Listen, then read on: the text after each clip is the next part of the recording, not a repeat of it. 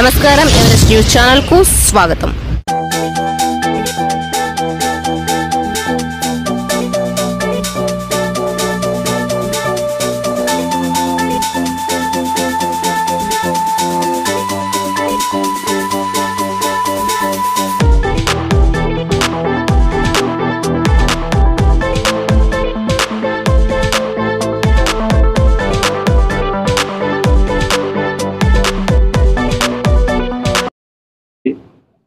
వచ్చే నెల 21 వరకు యోగాంధ్ర నెలగా ప్రకటించి ప్రతి ఒక్కరు కూడా యోగాని చేయాలి, ఆరోగ్యంగా ఉండాలి అనే ఒక మంచి ఉద్దేశంతో చంద్రబాబు నాయుడు గారు ఈ కార్యక్రమాన్ని చేపట్టడం జరిగింది.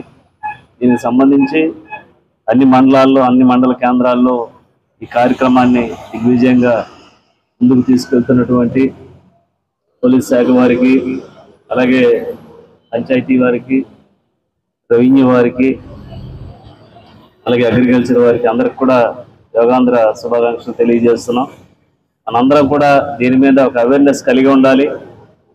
మన మానసిక ఉల్లాసానికి కానీ, లేకపోతే మన ఆరోగ్యానికి కానీ, మనకి ప్రశాంతతకు కానీ ఈ యోగా చేస్తే మన శరీరం ఆరోగ్యవంతంగా ఉంటుంది.